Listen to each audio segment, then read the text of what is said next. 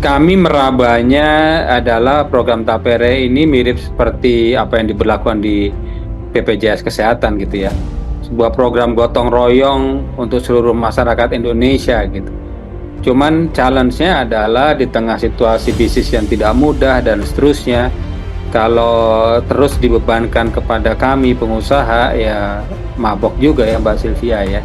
Buruh atau pekerja swasta serentak menolak terbitnya Peraturan Pemerintah Nomor 21 Tahun 2024 tentang Tabungan Perumahan Rakyat. Apalagi PP itu mewajibkan pekerja untuk membayar iuran perumahan rakyat sebesar 2,5% dari upah dan 0,5% dibayarkan oleh pemberi kerja. Iuran tapera efektif berlaku paling lambat 7 tahun setelah penetapannya atau pada tahun 2027. Para buruh menolak keras kebijakan tapera, apalagi selama ini tidak ada sosialisasi bakal terbitnya PP Nomor 21 Tahun 2024 tersebut. Namun tiba-tiba uang buruh hendak dipotong hanya demi ambisi mengumpulkan uang dari buruh. Padahal gaji yang didapat buruh selama ini adalah hak mutlak buruh.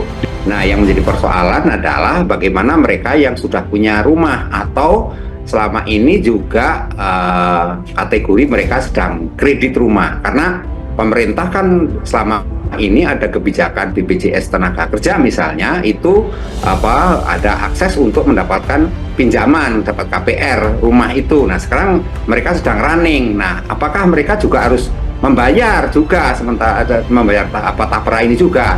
Kalau menurut PPI memang wajib gitu. Jadi mereka akhirnya menjadi double bayaran, artinya kebijakan ini jadi tumpang tindih gitu loh. Diterbitkan PP Nomor 21 Tahun 2024 menunjukkan jelas-jelas pemerintah tidak memikirkan nasib buruh karena selama ini gaji buruh telah dipotong untuk BPJS Ketenagakerjaan, BPJS Kesehatan, dan PPh 21 sehingga sangat ironis gaji buruh dipotong lagi untuk tapera dengan iuran 2,5%. Ya, semuanya dihitung lah. Biasa dalam kebijakan yang baru itu pasti masyarakat juga ikut berhitung mampu atau nggak mampu, berat atau nggak berat. Seperti dulu waktu BPJS di luar yang BPI yang gratis 96 juta kan juga rame, tapi setelah berjalan kan saya kira merasakan manfaatnya bahwa rumah sakit tidak dipungut biaya, hal-hal seperti itu yang akan dirasakan setelah berjalan. Kalau belum biasanya pro dan kontra. Penolakan adanya iuran tapera dilakukan oleh banyak pekerja.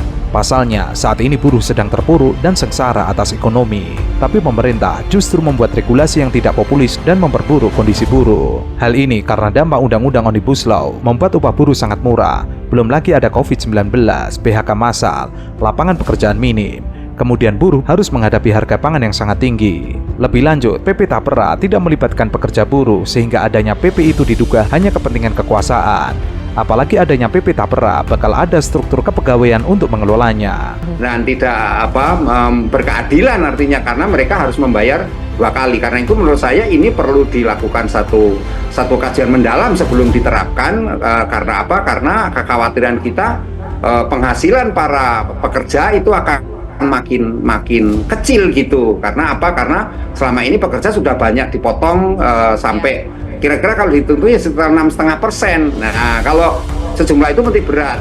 Saat ini pemerintah tidak pernah berkaca atau introspeksi bahwa ada banyak jumlah uang BPJS Ketenagakerjaan yang tidak bertuan, yang tidak diklaim oleh buruh yang meninggal atau di PHK. Daripada pemerintah sibuk mengeluarkan PP Nomor 21 Tahun 2024 yang justru membuat nasib buruh semakin terpuruk. Harusnya pemerintah memberikan subsidi yang lebih besar agar bisa memiliki rumah, bukan malah memotong gaji buruh untuk program tapera. Dan saya menyampaikan Pak Alisius ini juga memang setuju bahwa itu akan memberatkan para pelaku usaha. Misalnya lah, Jakarta UMP ya, UMP-nya itu 5 juta.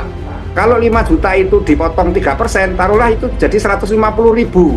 150.000 kalau dia bayar ini karyawan berarti bayarnya 125.000. 125.000 berarti yang 25.000 tanggung jawab daripada ini pengusaha.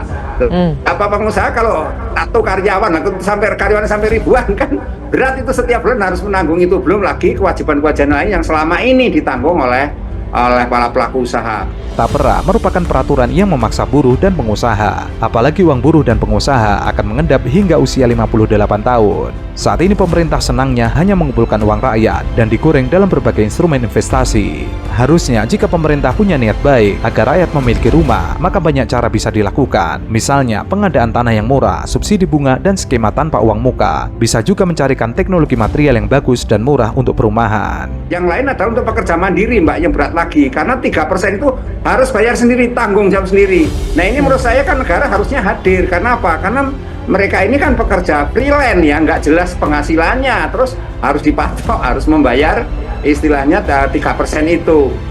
Nah ini juga kemanfaatannya apa belum jelas. Memang di dalam PP 21 itu dibuka kan memang ada misalnya kemudahan untuk dapat pinjaman renovasi rumah, untuk apa namanya KPR, membeli rumah, kredit tanah, KKR, renovasi.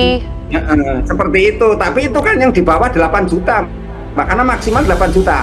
Pertanyaannya yang di atas 8 juta terus dapat opo? Nah, itu kan juga nggak jelas itu. Apakah kemudian dia akan memperoleh ini jaminan bahwa mereka akan mendapatkan itu tadi, misalnya usia 58 dia pensiun dapat, atau mereka meninggal dunia dapat. Ini kan juga persoalan yang tidak, mekanisme prosedurnya belum tentu jelas juga gitu. Jangan sampai ini juga menjadi ujung-ujungnya seperti Baprom dulu jadi bancaan juga.